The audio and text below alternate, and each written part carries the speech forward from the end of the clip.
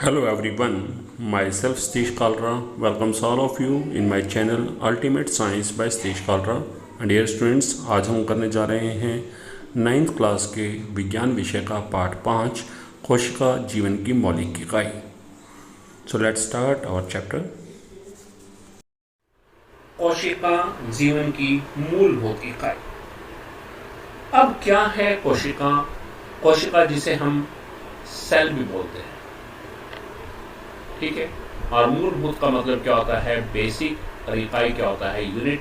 सो chapter को यदि हम बात करके चलें तो व्हाट इज सेल? सेल है क्या हमारे पास? This is the basic unit of life, ठीक है। अब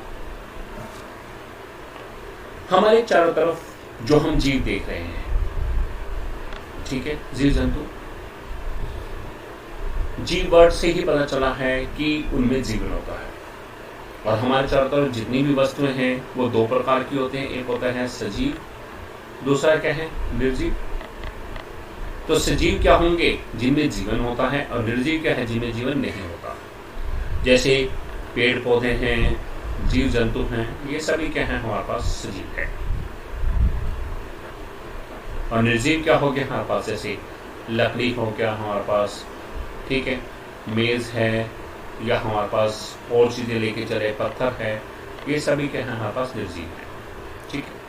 तो जितने भी सजीव प्राणी हैं, यानी कि पेड़ पौधे और जीव जंतु हैं, वो हमारे पास छोटी छोटी सूक्ष्म इकाइयों से बने हैं। तो सभी सजीव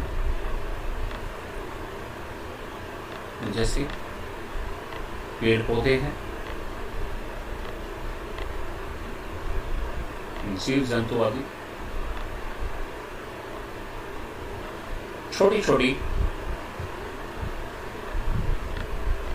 सूक्ष्म इकाइयों से बने हैं। सूक्ष्म बहुत ही छोटे साइज के हैं, छोटे छोटे यूनिट से बने हैं, और उन्हें क्या बोलते हैं? कोशिका।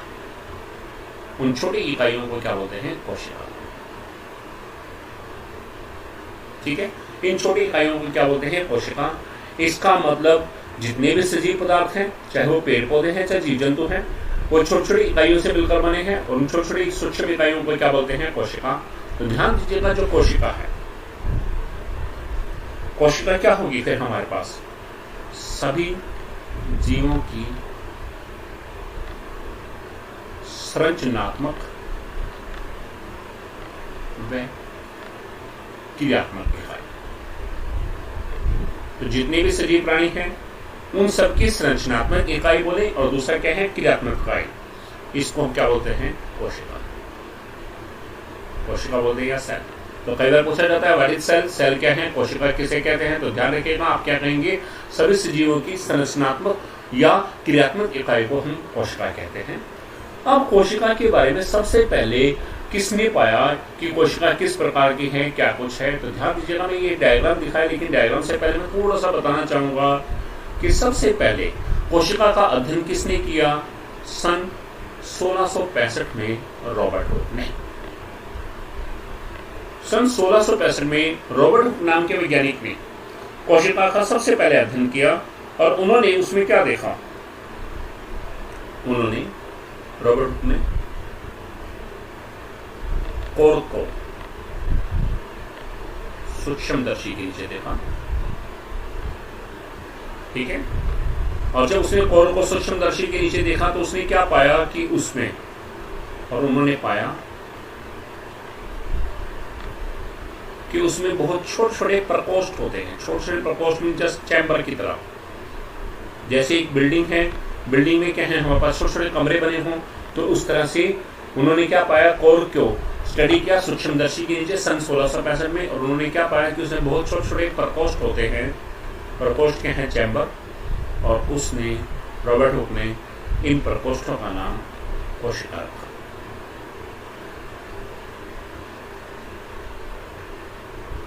तो ये सबसे पहला प्रयास था किसका? रॉबर्ट हुक का। उन प्रकोष्ठों का नाम उन्होंने कोशिका रखा। अब उसके बाद क्या हुआ? सब सन 1665 में रॉबर्ट हुक ने स्टडी किया कोर को, तो उन्होंने क्या पाया कि सूक्ष्मदर्शी के नीचे देखा कि कोर के अंदर बहुत छोटे छोटे प्रकोष्ठ है, तो उन प्रकोष्ठों का नाम क्या रखा है? कोशिका। उसके बाद सर्वप्रथम, ये कुछ फैक्ट्स हैं जो याद रखने हैं। सर्वप्रथम सूक्ष्मदर्शी से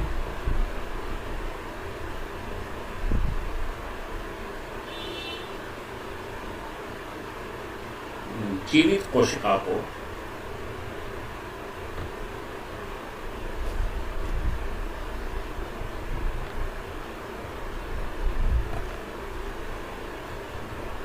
एंटोनी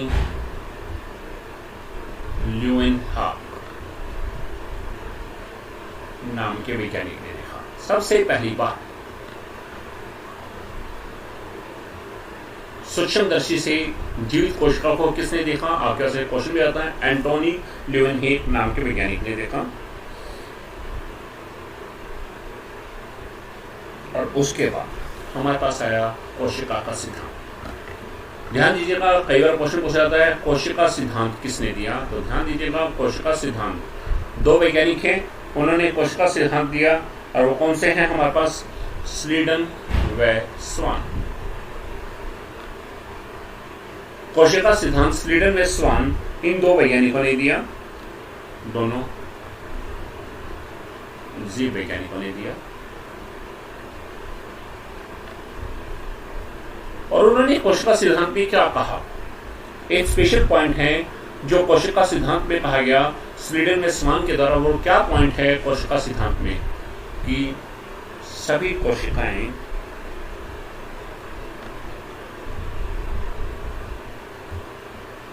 पूर्व निर्मित कोशिकाओं से पैदा होती हैं।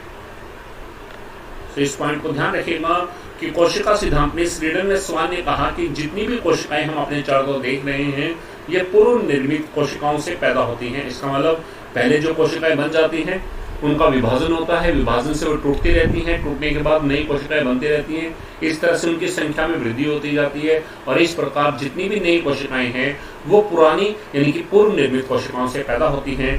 तो यह किसमें बताया गया? कोशिका सिद्धांत में। और किस वैज्ञानिक ने बताया? याद रखिएगा, स्लीडन में स्वान ने। तो ये कोशिका के बारे में कुछ जनरल फैक्ट्स हैं जो आपके पास आपको याद भी करने हैं। कि सबसे पहले सन 1665 में रॉबर्ट हुक ने देखा कोर को सूक्ष्मदर्शी के नीचे और उसने प्रकोष्ठ देखा। उसके बाद जीवित कोशिका का अध्ययन किसने किया? एंटोनी ल्यूवेनहॉक नाम के वैज्ञानिक ने। उसके बाद कोशिका सिद्धांत किसने दिया है? स्लीडन में स्वान। ये दोनों जीव वैज्ञानिकों ने दिया। और उन्होंने मेन पॉइंट क्या कहा कोशिका सिद्धांत में? कि सभी कोशिकाएं पूर्व निर्मित कोशिकाओं से बनी होती हैं या पूर्व निर्मित कोशिकाओं से पैदा होती है। अब यह एक टर्म आती है, वेरी इंपॉर्टेंट टर्म, उसे बोलते हैं साइटोलॉजी। क्या है साइटोलॉजी? साइटोलॉजी क्या है? जब भी लॉजी वर्ड दिखता है तो लॉजी क्या होता है? विज्ञान की शाखा। तो आपने पढ़ा है विज्ञान की 3 मेन शाखाएं हैं, फिजिक्स, केमिस्ट्री, बायोलॉजी। तो ये साइटोलॉजी क्या है? ये भी एक विज्ञान की शाखा है। और साइटो का मतलब होता है सेल यानी कि कोशिका।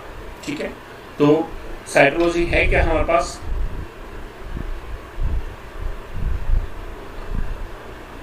जीव विज्ञान की वह शाखा जिसमें कोशिकाओं की आकृति, उनके आकार और संगठन का अध्ययन किया जाता है। तो क्या है? जीव विज्ञान की वह शाखा जिसमें कोशिकाओं की आकृति का, उनके आकार का, किस प्रकार का आकार है और उनके संगठन का अध्ययन किया जाता है, उस शाखा को हम क्या बोलते हैं? साइटोलॉजी।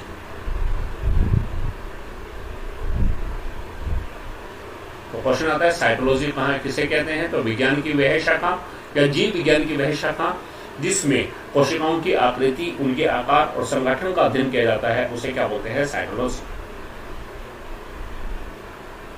अब हमने कोशिका के बारे में पढ़ा। अब साथ में ये भी पढ़ा कि जीव 2 तरह के थे, एक सजीव और एक निर्जीव। सजीव में जीवन था, तो जितने भी सजीव में क्या है, पेड़ पौधे, जीव जंतु, वो सभी कोशिकाओं से बने हैं, जबकि निर्जीव में कोई कोशिका नहीं है। ठीक है, अब बात है क्या कि हमारे पास कोशिकाओं की संख्या के आधार पर जीव जो हैं वो 2 प्रकार के होते हैं। कोशिकाओं की संख्या के आधार पर। देखिएगा,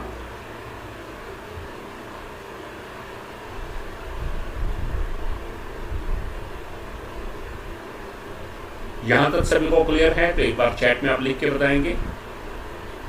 इनकेस कहीं कोई डाउट है तो मैं दोबारा रिपीट कर दूंगा। कोशिकाओं की संख्या के आधार पर जीवों के प्रकार। तो देखिएगा, कोशिकाओं की संख्या के आधार पर जो जीव है वो दो प्रकार के होते हैं। एक होता है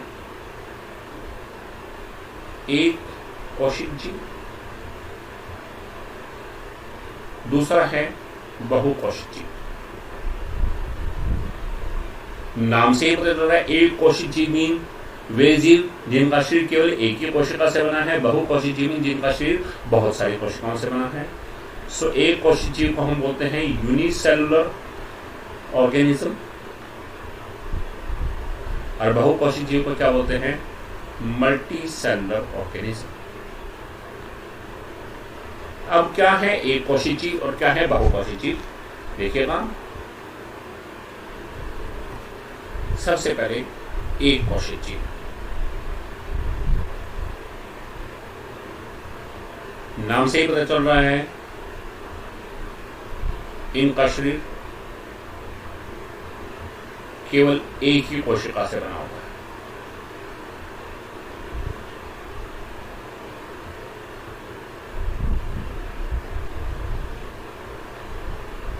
जबकि बहुकोशिक जीव क्या है?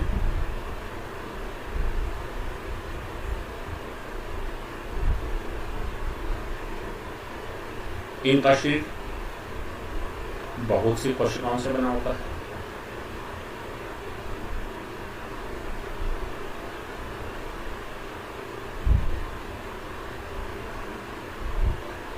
सेकंड पॉइंट देखते हैं, एक कोशिक जीव है।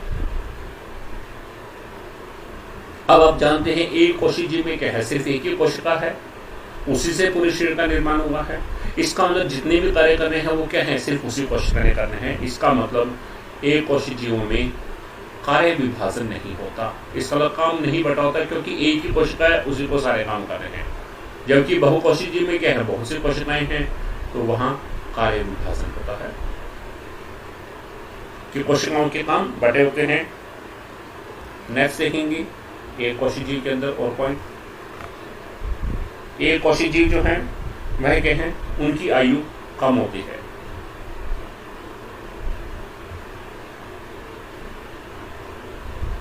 और बहुकोशिक जीव जो है इनकी आयु लंबी होती है। पौधे और जीव जंतुओं की बात करें तो इनकी आयु उनके मुकाबले में क्या होती है? लंबी होती है। और यदि उदाहरण देखें, बहुत बार पूछे जाते हैं कुछ एक कोशिक जीवों के उदाहरण दीजिएगा, तो याद रखिएगा कौन से हैं? अमीबा, पैरामीशियम, बैक्टीरिया आदि। ये सभी क्या है हमारे पास? एक कोशिक जीवों के उदाहरण। और बहुकोशिक जीवों के उदाहरण आपको पता है कौन से होंगे? पौधे, जीव जंतु, मनुष्य आदि। ये सभी क्या है हमारे पास? बहुकोशिक जीवों के उदाहरण हैं। तो याद रखिएगा, कोशिकाओं की संख्या के आधार पर जीव दो प्रकार के होते हैं। एक होता है एक कोशिक जीव, दूसरा क्या है? बहुकोशिक जीव। एक कोशिक जीव जिनका शरीर केवल एक ही कोशिका से बना है, और बहुकोशिक जीव क्या है? जिनका शरीर बहुत सारी कोशिकाओं से बना है। एक कोशिक जीव में कार्य विभाजन नहीं होता, जबकि बहुकोशिक जीव में कार्य विभाजन होता है। इसका काम बटे होते हैं, अलग अलग कोशिका का अलग अलग कार्य। एक कोशिक जीवों की आयु कम होती है, जबकि बहुकोशिक जीवों की आयु लंबी होती है। उदाहरण दोनों के आपको देखा, अमीबा, पैरामीशियम, बैक्टीरिया एक कोशिक जीव के उदाहरण है यूनिसेलुलर ऑर्गेनिज्म के, और बहुकोशिक जीव के उदाहरण क्या है? पौधे, जीव जंतु, मनुष्य आदि। अब यहां पर मैं कुछ पॉइंट बताने जा रहा हूं। आपने कोशिकाओं का अध्ययन किया तो जरा सोचिएगा कि क्या सभी कोशिकाओं की आकृति और आकार एक जैसा होता है? कि सारी कोशिकाएं हैं, एक पौधे की कोशिका है, जीव जंतु की कोशिका है, क्या उनकी आकृति और आकार एक जैसा होता है? ये उस समय वैज्ञानिक के माइंड में आए। फिर उन्हें अगली चीज क्या देखी कि क्या सभी कोशिकाओं की संरचना एक जैसी होती है? इसका मतलब एक कोशिका के अंदर जो पदार्थ पाए जा रहे हैं क्या वही सेम पदार्थ दूसरी कोशिका में होंगे, तीसरी कोशिका में होंगे? क्या सभी कोशिकाओं की संरचना एक जैसी होती है? उसके अलावा क्या सभी कोशिकाओं के कार्य एक समान होते हैं? कि सभी कोशिकाएं एक जैसा कार्य करती है? ठीक है, तो आपके पास ये क्वेश्चन माइंड में आए कि क्या सभी कोशिकाओं के कार्य एक समान होते हैं, कि सबने एक जैसा कार्य करना है? अगला आ गया हमारे पास ये क्वेश्चन, सभी उस समय उठ के आए जब कोशिका का अध्ययन किया गया। क्या पादप के विभिन्न भागों में पाई जाने वाली कोशिकाओं में कोई समानता है? पादप क्या होता है? पेड़ पौधे। हम जानते हैं पौधों के अंदर जड़ भी होता है, तना भी है, पत्ती भी है, फल भी है, फूल भी है। क्या इन सभी भागों में पाई जाने वाली कोशिकाओं में कोई समानता है? क्या ये एक जैसी है या इनमें भी कुछ अलग अलग है? तो अगली चीज, क्या पादप और जीव जंतुओं की कोशिकाओं में कोई समानता है? एक पादप कोशिका है यानी कि पौधों की कोशिका है, और एक क्या है? जीव जंतु, जैसे हमारे पास मनुष्य की कोशिकाएं हैं। क्या इनमें कोई समानता है? तो ये सभी पॉइंट्स उसमें निकल कर आए कि कोशिकाओं की आकृति आकार एक जैसा है या नहीं, कार्य एक जैसे हैं या नहीं, पादप के विभिन्न भागों में कोशिकाएं एक जैसी हैं या नहीं है, या क्या पादप और जीव जंतु कोशिकाओं में कोई समानता है या नहीं। तो उस समय जब स्टडी किया गया, अलग अलग कोशिकाओं को स्टडी किया गया, तो आपने क्या देखा कि कोशिकाओं की आकृति और आकार अलग अलग है। आप देख रहे हैं कि यहाँ पर बस इस पिक्चर में मैंने अलग अलग कोशिकाएं दिखा रखी हैं, तो आप देखिएगा इन सब के आकार अलग अलग हैं। देख सकते हैं आकार आकृति अलग अलग हैं। तो इस तरह से वैज्ञानिकों ने अध्ययन किया, साइटोलॉजी के अंदर कोशिका का अध्ययन किया, और वहां पर एक बात निकल के आई। तो क्या निकल के आया कि कुछ कोशिकाएं ऐसी हैं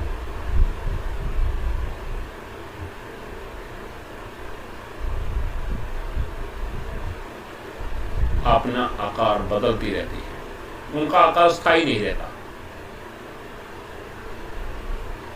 जैसे अमीबा, अमीबा के अंदर कोशिका का आकार हर पल बदलता रहता है, जबकि कुछ कोशिकाओं का आकार